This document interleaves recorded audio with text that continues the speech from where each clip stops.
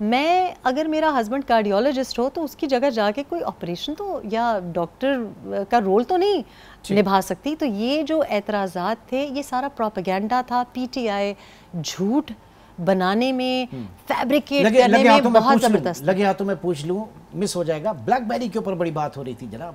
Black بیری کتاب پڑھ لیں, کتاب پڑھ لیں. آپ پڑھے لکھے لگتے ہیں مجھے, میرا خیال ہے آپ تو پڑھ سکتے ہیں. پی ٹی آئی نے پڑھ لی ہے.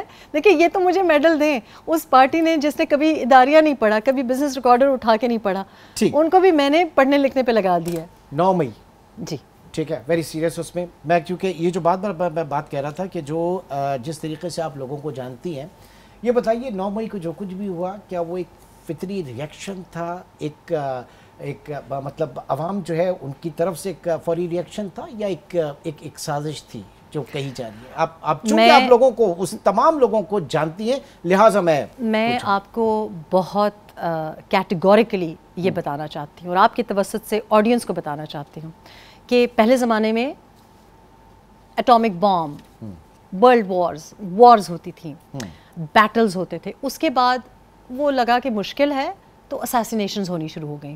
یہ ایک طریقہ اپنایا جاتا ہے تاکہ کہیں آپ نے کوئی تبدیلی لانی ہو یا کوئی کسی اسٹیٹ کو کمزور کرنا ہو, آپ پراکسی وار کر لیں, اسیسینیشنز کے ذریعے لوگوں کو ہٹا دیں. اب جو ماڈرن وارفیئر ہے وہ یہ ہے کہ آپ خانہ جنگی کر دیں, سول وار کر لیں. 9 مئی کو جو ہوا یہ ہم دیکھ رہے تھے, مجھ جیسے کچھ لوگ 1 سال سے 25 مئی 2022 سے پہلے سے کہہ رہے تھے کہ یہ ہوگا, یہ ہونے جا رہا ہے. ٹویٹس میں, انٹرویوز میں نے باجوہ صاحب کو مخاطب کر کے یہ بات کہی کہ آپ دیکھیں گے ہونے کیا جا رہا ہے. 9 مئی کو جو ہوا ایک سوچی سمجھی سازش کے تحت ہوا.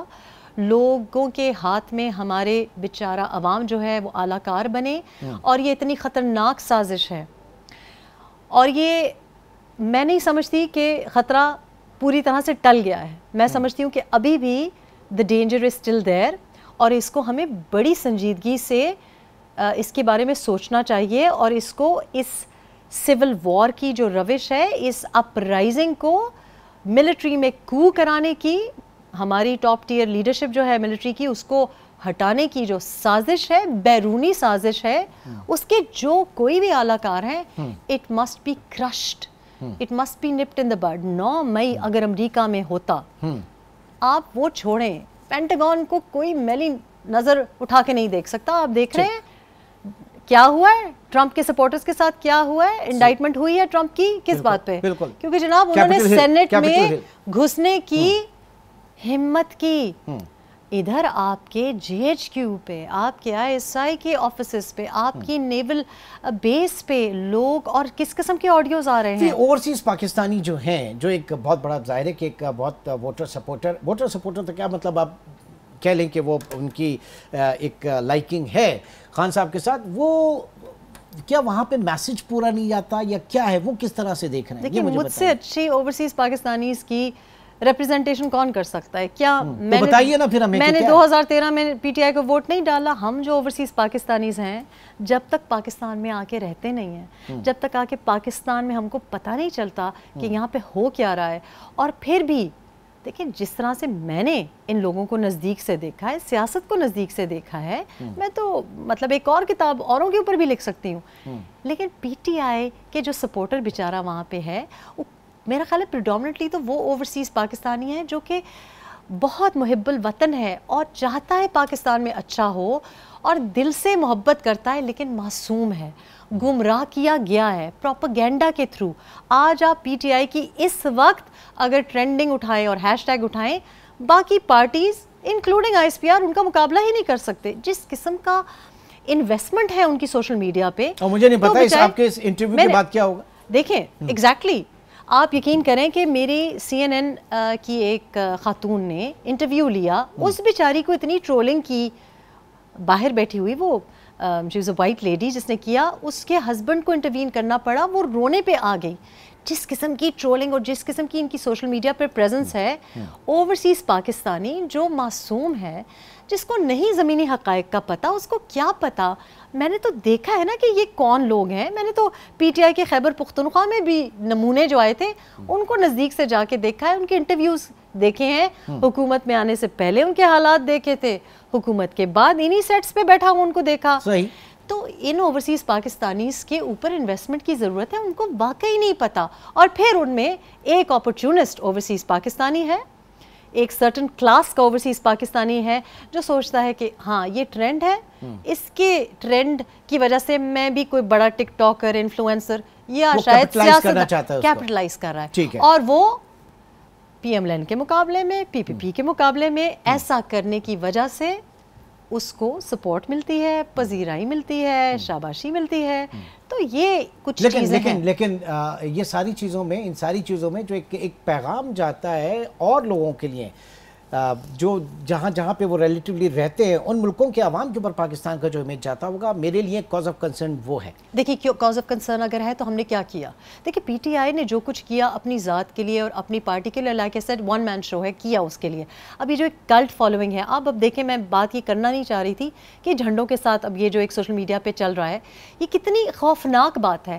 لیکن کیا ہم نے پاکستان کے لیے لابینگ کی؟ کیا کسی پاکستانی پولیٹیکل پارٹی نے یہ کبھی سوچا کہ ہم پاکستان کے لیے لابینگ کریں؟ نہیں, کبھی نہیں کی. کشمیر کے لیے لابینگ کریں.